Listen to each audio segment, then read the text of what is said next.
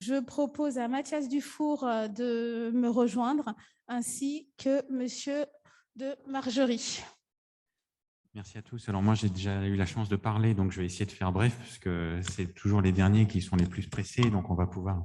L'important, c'est de laisser un peu la parole à Gilles Lemargerie, commissaire général de France Stratégie, qui nous fait l'honneur de venir conclure cette séquence. Peut-être. Puisqu'on a eu, je crois, des échanges extrêmement riches qui ont éclairé beaucoup de sujets différents, peut-être un petit peu de synthèse, si on prend un peu de recul, quelques constats et enjeux. Nous, on a fait le choix de considérer ensemble la transition écologique et la transition numérique. D'abord parce qu'elles sont interdépendantes. On voit bien que l'impact écologique de la tech est de plus en plus important et critiqué. Et inversement, le numérique peut aussi être une solution pour faire face à la transition écologique. Et c'est aussi deux transitions qui sont transversales, qui affectent massivement tous les secteurs et donc qui appellent à une approche conjointe. Deuxième point, on parle d'un sujet, les impacts RH de la transition écologique et la transition numérique. Pour nous, c'est un tsunami dans un angle mort. C'est massif et on n'en parle pas, ou très peu. Voilà. Et sans vouloir critiquer les représentants des pouvoirs publics, on essaie de discuter tous les jours avec les pouvoirs publics. Il y a un retard dans la prise de conscience, mais c'est aussi le cas pour les décideurs privés, et d'où l'intérêt de ces états généraux. Or, il y a des risques majeurs à pas agir à la hauteur des enjeux: frein à la réalisation de la transition écologique, décrochage économique, aggravation de la culture, de la fracture sociale et territoriale, alors même qu'inversement, il y a vraiment des solutions qui sont actionnables, et on a essayé d'en présenter un certain nombre aujourd'hui. Et donc, il faut plus de moyens, mais il faut surtout une prise de conscience et une mobilisation de tous les acteurs, chacun à son niveau. C'est la raison pour laquelle on a fait des états généraux pour essayer de mobiliser le plus grand nombre d'acteurs. Je suis très, très heureux, je dois dire même fier, qu'on ait 125 partenaires de la société civile qui soient partenaires des états généraux. Alors, on avait des matrices. Là, on a pour présenter nos propositions, une espèce de temple. Nous, si on devait résumer en une phrase, ça serait mettre en place est-ce que c'est une agence, un ministère, peu importe la forme juridique, c'est vraiment réunir les forces autour de France Transition Inclusive, en faire une priorité d'action pour faire la transition écologique et numérique un levier d'inclusion professionnelle pour chacun, avec un pilier sur mieux reconnaître les compétences de chacun. On a beaucoup parlé de la VAE qui peut être complètement renouvelée, et le numérique peut y contribuer. Les badges numériques peuvent vraiment changer la donne sur la reconnaissance des compétences. Le deuxième axe, c'est mieux accompagner les transitions professionnelles. Le CPF peut devenir une plateforme publique de services d'accompagnement de bout en bout des transitions professionnelles. On a la généralisation du CEP, la généralisation de la FEST. Il y a vraiment plein d'outils pour mieux améliorer, mieux accompagner les professionnels. Le troisième axe, c'est investir dans l'adaptation des compétences. Et là, il y a 15 milliards qui ont été mis en place par l'État en 2017 dans le plan d'investissement dans les compétences, mais c'était pour accompagner les 2 millions de personnes qui étaient éloignées de l'emploi. Pour ceux qui sont en risque de perte de compétences du fait des transitions, il n'y a pas grand-chose. Or, ils en ont besoin aussi. Nous, on pense qu'il faut investir massivement là-dedans. Et comme on l'a dit, c'est un investissement qui sera rentable. Et pourquoi pas des dotations individuelles, une dotation ou un revenu de transition écologique, peu importe le nom qu'on appelle, mais une dotation pour aider les gens à faire cette transition. Ensuite, il faut engager les entreprises et les territoires. Et puis, il y a tout un sujet dont on a finalement peu parlé aujourd'hui, mais qui est aussi fondamental, c'est le fait d'adapter les droits des travailleurs à l'économie numérique. Notre droit du travail, il est quand même encore pour une large part fondé sur l'économie industrielle, et le numérique change la donne. Le management algorithmique, par exemple, ce n'est pas du tout le management traditionnel, et on doit adapter les droits des travailleurs à ça, pas seulement les travailleurs des plateformes, mais l'IA au travail, ça concerne tous les travailleurs. Voilà. Les risques de surveillance abusive, de perte de contrôle sont réels, et donc il faut réguler. En même temps, c'est un outil de productivité exceptionnel et il faut le promouvoir, mais trouver le juste équilibre. Et dernier point, on a parlé de manque de visibilité. Eh ben, faisons un observatoire un peu transversal qui coordonne les efforts de chacun. Mettons en place non plus seulement une grande école du numérique, mais une grande école de la transition inclusive qui englobe aussi les sujets de transition écologique pour faciliter l'adéquation entre l'offre et la demande de formation sur ces transitions. Et puis, on a besoin d'une gouvernance qui soit plus inclusive elle-même, qui associe à la fois l'État dans son rôle de coordination et les collectivités locales et les partenaires sociaux. J'en ai déjà trop dit, mais je passe la parole à Gilles de Margerie. Merci Mathias. Bonsoir à toutes, bonsoir à tous. Alors, je ne sais pas, je vais demander un cours tout à l'heure à Bettina Laville, mais je ne sais pas dire en ukrainien ce qu'elle a dit tout à l'heure. Mais je voudrais le dire si j'en avais la capacité. Ce que nous vivons depuis quelques jours, c'est peut-être, j'espère que non, mais c'est peut-être un tournant que nous n'avons jamais vécu dans nos vies, aucun d'entre nous. Ce qui s'est passé il y a plus de 30 ans avec la chute du mur nous laissait entrevoir l'espoir d'une Europe réconciliée, paisible, ne connaissant pas de guerre, et cet espoir vient de se fracasser. Pardon d'être un peu solennel, mais je trouve que l'ébranlement que ça peut représenter dans nos vies méritait surabondamment ce que Bettina a fait tout à l'heure. Et donc tout à l'heure, si tu veux bien, tu me diras les quelques mots pour que je sache dire ce que tu as dit tout à l'heure. Merci, merci Mathias de m'avoir invité. Pour nous, c'est passionnant parce que ce que toi, les équipes autour de toi, tous vos partenaires dans ce projet, vous avez accompli, ça ressemble à des choses qu'on a envie de faire. Il y en a quelques-unes qu'on fait, mais il y en a d'autres qu'on ne fait pas. Et il y a une proximité dans les préoccupations, dans beaucoup des conclusions, qui est extrêmement grande avec ce que nous faisons chez France Stratégie.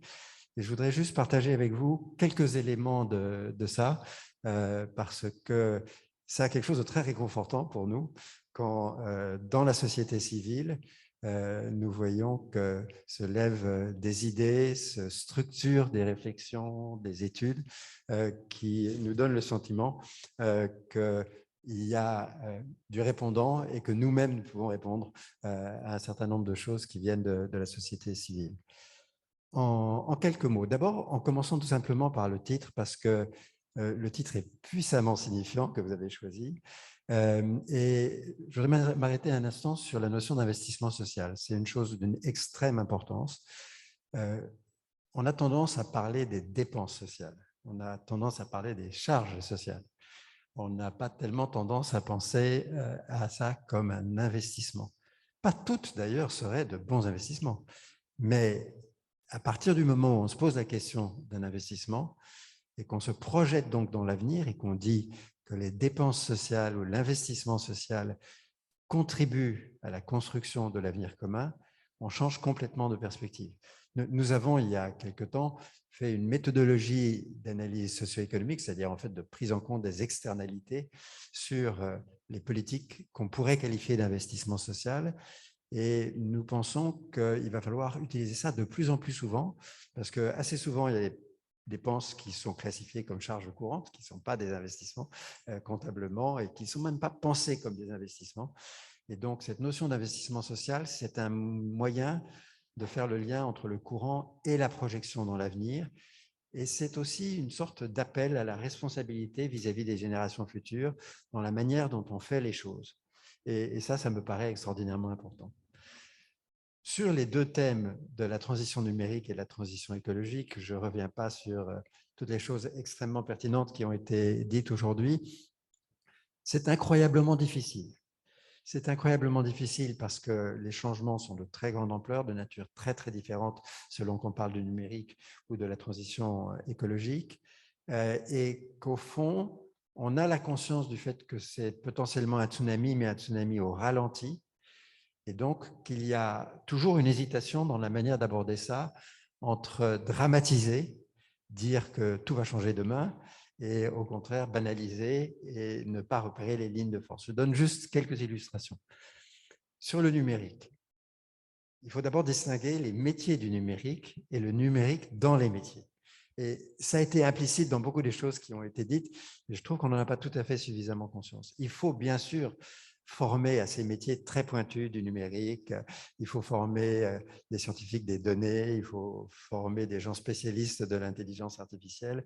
C'est très important industriellement, c'est très important même pour la souveraineté, la liberté de nos choix dans l'avenir. Mais là, on parle de quelques milliers de personnes tous les ans, quelques dizaines de milliers quand on prend une acception un peu large, alors que le numérique dans les métiers, c'est presque tous les métiers. Alors, il y a beaucoup d'exemples qui ont été cités et je voudrais revenir à celui qui a été cité par Yannick tout à l'heure à l'écran, des enseignants. Il a dit une chose extrêmement puissante. Il a dit qu'il ne faut pas se contenter d'utiliser de l'intelligence artificielle quand on réfléchit au métier d'enseignement, il faut aller au bout de la démarche de ce qu'elle peut apporter. C'est toujours le métier d'enseignant, mais c'est aussi une manière de le transformer en profondeur si on s'y prend bien. Or, c'est un enjeu, mais absolument déterminant. Nous sommes un pays qui rêverait d'avoir une école qui produirait les résultats que le corps enseignant espère obtenir, que la communauté éducative espère obtenir, et qui n'y arrive pas. Nous sommes pas un pays où l'école réduit autant qu'elle le pourrait les inégalités sociales. Et il y a des raisons à ça. L'intelligence artificielle, peut-être, sera demain un moyen d'y arriver mieux, d'y arriver de manière plus pertinente, si elle devient un outil que la communauté enseignante peut s'approprier et qu'elle peut mobiliser pour l'aider à transformer la relation avec les élèves. Je donne juste cet exemple-là, parce que ce n'est pas un métier du numérique demain d'enseigner, mais il y a 1 million et quelques centaines de milliers de personnes employées à l'éducation nationale dont la manière de travailler, dont l'exercice même du métier pourrait changer si l'intelligence artificielle, ça peut prendre 10 ans, ça peut prendre 20 ans, mais si l'intelligence artificielle permet de mieux aborder la relation avec l'élève, l'enfant, et c'est évidemment un enjeu absolument gigantesque. Alors, si on se pose la question sur la transition écologique et sur les métiers de la transition écologique, là, c'est tout à fait différent. Sur la transition écologique, en gros, on sait ce qu'on doit faire. On sait où on doit être, on sait donner des objectifs. L'humanité n'a jamais fait ça de son histoire. En 2050, on a un objectif de décarbonation qui est fondé, autant qu'on peut faire des exercices de ce type, sur les considérations scientifiques les plus robustes qu'on ait pu établir. Et donc, on connaît le point d'arrivée. C'est une chose qui ne nous est pas arrivée très souvent, d'avoir un horizon où l'essentiel de l'humanité se dit « voilà où je dois être en 2050 et éventuellement à la fin du siècle ». Pour autant, on ne s'en rapproche pas vraiment, on s'en éloigne même dans certains cas, et on ne sait pas comment s'y prendre pour y arriver. Alors, ça va avoir des impacts sur les métiers. Beaucoup de métiers vont changer, non pas au sens où le métier changerait comme le métier d'enseignant pourrait changer un jour avec l'intelligence artificielle, mais au sens où le poids relatif de certains métiers va beaucoup changer. Alors, on le sait pour le bâtiment, plus particulièrement pour le second œuvre du bâtiment, mais aussi pour la partie industrialisable du bâtiment. On y pense aussi dans des secteurs liés au transport, où on voit qu'il peut y avoir des mutations. Le cas le plus extrême, c'est celui de la projection du Shift Project qui était cité tout à l'heure, qui dit au fond, on va remplacer l'industrie de l'automobile par la réparation des bicyclettes. Je ne sais pas si les ordres de grandeur qui sont dans le Shift Project sont plausibles, mais c'est ça le genre de transformation. Ce n'est pas un nouveau métier de réparer les bicyclettes, mais s'il y en a 200 000 de nouveau, ça devient quelque chose de tout à fait essentiel dans la transformation du monde. Alors, comment est-ce qu'on peut s'emparer collectivement de ces sujets avec l'espoir de faire avancer les choses dans la bonne direction? C'est au fond la mère de tous les problèmes et on ne sait pas par quel bout le prendre. Il y a un bout, je le disais à l'instant, qui est assez solide, qui est l'impératif de la transition climatique. C'est autour de lui que tout le reste se structure. Mais on commence à savoir, on l'a appris à la rude avec les Gilets jaunes, que ça ne va pas si on est aveugle à l'impact que ça a sur les inégalités sociales. Et quand on commence à réfléchir à ça, on se rend compte qu'au fond, il y a derrière ce sujet 2 sujets de nature très différente. Il y a comment est-ce que nous projetons à 20, 30 ou 40 ans un système de protection sociale qui a été construit pour la croissance et dans des périodes durables de croissance et de gain de productivité. Beaucoup des mécanismes fondamentaux du financement de la protection sociale et de l'organisation de la dépense en protection sociale, il y a des connaisseurs dans la salle qui le diraient mieux que moi, beaucoup dépend de la manière dont, dans la durée, dans une économie à productivité durablement ralentie en termes de gains annuels et à croissance modeste, on réussit à faire face et à préserver un système de protection sociale alors que nous vieillissons. Et ça, on sait assez bien le dire à 20, 30 ou 40 ans sur les principaux risques. Donc, ce n'est pas un avenir inimaginable. En revanche, rapprocher cet avenir qu'on peut imaginer, qu'on peut quantifier, sur lequel on peut faire vraiment de la prospective chiffrée qu'on peut faire sur la transition climatique, ce n'est pas un exercice qui se fait beaucoup. Et je voudrais ajouter une 3e dimension à laquelle je trouve qu'on ne pense pas assez. Nous sommes un pays qui se croit très inégalitaire, mais qui ne sait pas exactement en quoi il est très inégalitaire. Sur les inégalités de patrimoine, nous sommes plus ou moins comme les autres pays riches, c'est-à-dire très inégalitaires, beaucoup plus inégalitaires sur les patrimoines que sur les revenus. Sur les inégalités de revenus, nous sommes parmi les pays comparables plutôt dans les moins inégalitaires. Et c'est vrai, pas simplement après taxation, redistribution et prise en compte des prestations, c'est vrai même au niveau des revenus primaires. Quand on le regarde de près, c'est une des choses que nous avons découvertes en creusant un petit peu au cours des dernières années. Et donc, nous avons le sentiment, malgré ça, d'être un pays très inégalitaire. Et pourquoi est-ce que nous avons ce sentiment-là ? C'est parce que nous constatons des inégalités de destin qui sont extrêmement puissantes et extrêmement ancrées. Et ces inégalités de destin, elles se jouent à chacune des étapes de la vie. Tout ce qui a été dit tout à l'heure sur les ruptures entre l'accueil du jeune enfant, la thématique des 1000 premiers jours ou des premiers pas, l'arrivée dans le système scolaire est d'une extrême importance. Et à chacune des étapes de ça, dès avant la naissance sans doute, à la naissance, dans les 3 premières années, entre 3 et 6 ans, et au-delà, il y a des pertes de chance. Il y a des pertes de chance pour ceux qui ne sont pas nés au bon endroit, qui ne sont pas nés dans la bonne famille, qui n'ont pas la bonne origine migratoire. Je le dis simplement, mais ces pertes de chance sont cumulatives. Si, parce que vous êtes dans le mauvais quartier, vous perdez 5 ou 10% de chance d'aller quelque part, et que c'est la même chose à chacune des 5 étapes suivantes, à la fin, vous avez une situation d'une société immensément inégalitaire. Alors, qu'est-ce que ça veut dire? Ça veut dire que les inégalités sociales, les inégalités de destin qui se transmettent d'une génération à l'autre, elles ne peuvent se résoudre que si on agit avec le temps d'une génération entière en tête. Et ça, c'est quelque chose dont je trouve que nous ne l'avons pas assez souvent à l'esprit. La politique de lutte contre la pauvreté, la politique de réduction des inégalités de destin, c'est un projet pour une génération entière.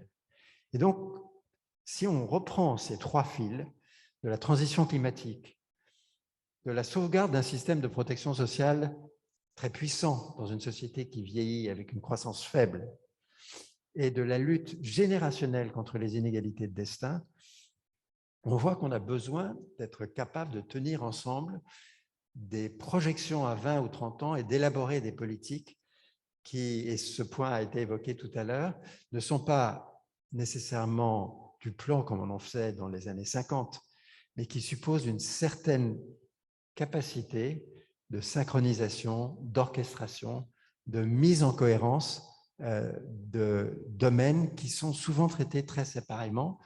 Parce que si nous ne faisons pas ça, si nous ne luttons pas contre les inégalités de destin, si nous ne préservons pas notre système de protection sociale, notre société qui est déjà extrêmement défiante et qui a le sentiment d'être extrêmement injuste, n'acceptera jamais les efforts que va requérir la transition climatique.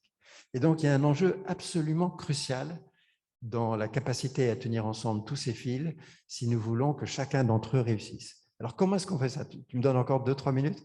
Alors, au fond, c'est quelque chose autour de quoi on tourne maintenant depuis 2 ans, et on voit très bien que quand on se pose la question dans ces termes, on bute sur une chose très simple, qui est qu'un élu, sitôt qu'il est élu, est suspecté le lendemain de ne plus être tout à fait légitime et qu'on lui demande de démontrer sa légitimité à tout moment. L'effritement de la légitimité de la démocratie représentative est un sujet absolument majeur et un handicap absolument majeur pour pouvoir aller de l'avant dans les 3 grands domaines que je vous ai dit. Si on veut y remédier, il faut faire feu de tout bois. Et faire feu de tout bois, ça veut dire articuler intelligemment la démocratie représentative avec toutes les formes nouvelles de démocratie citoyenne, que ce soit les conventions citoyennes, les grands débats, les méthodes participatives au niveau local. Tout ça doit être mobilisé pour contribuer à relégitimer dans la durée l'action publique. Et la même chose vaut pour la démocratie sociale. La démocratie sociale aujourd'hui, dans les grands groupes, elle est très marquée par la nécessité d'appliquer le droit du travail. Il faut qu'elle retrouve sa dynamique propre, qui est de permettre un dialogue social de qualité. C'est faisable, ça demande un peu un changement d'approche par rapport à la manière dont les choses ont été faites au cours des dernières décennies. Donc ces 3 fils, de la démocratie participative, de la démocratie sociale et de la démocratie représentative, doivent être articulés d'une nouvelle manière si nous voulons tenir les 3 grands objectifs qui nous projettent à au moins dans une génération. C'est le genre de sujet sur lesquels vous avez travaillé depuis des mois au cours de ces très nombreuses séances que vous avez animées. C'est le genre de sujet sur lequel nous essayons de travailler aussi chez France Stratégie. Et je crois que c'est ce que nous partageons, c'est si on prend au sérieux tout ça, il faut se donner les moyens de porter le changement à la distance d'une génération sur les choses essentielles. Et c'est ça que je voulais partager avec vous, parce que vous avez, dans les travaux que vous avez menés, posé les éléments de cette réflexion. Et moi, ça me rend très optimiste sur la capacité que nous avons à construire dans notre pays une vision partagée de ce genre de choses. Il faut 10 autres initiatives, il faut tout faire pour que l'écho de cette initiative soit le plus large possible. Nous, quand nous essayons de donner de l'écho à ce que nous faisons, c'est avec l'espoir qu'on contribue à la qualité du débat public et à faire avancer les objectifs dont je viens de vous parler. Merci de votre attention.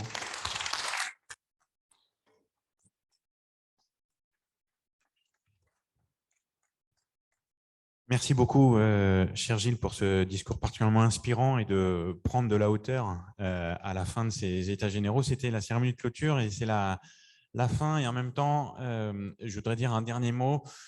D'abord pour vous exprimer à titre personnel et au nom de tout le collectif de Le Plus Important, notre gratitude.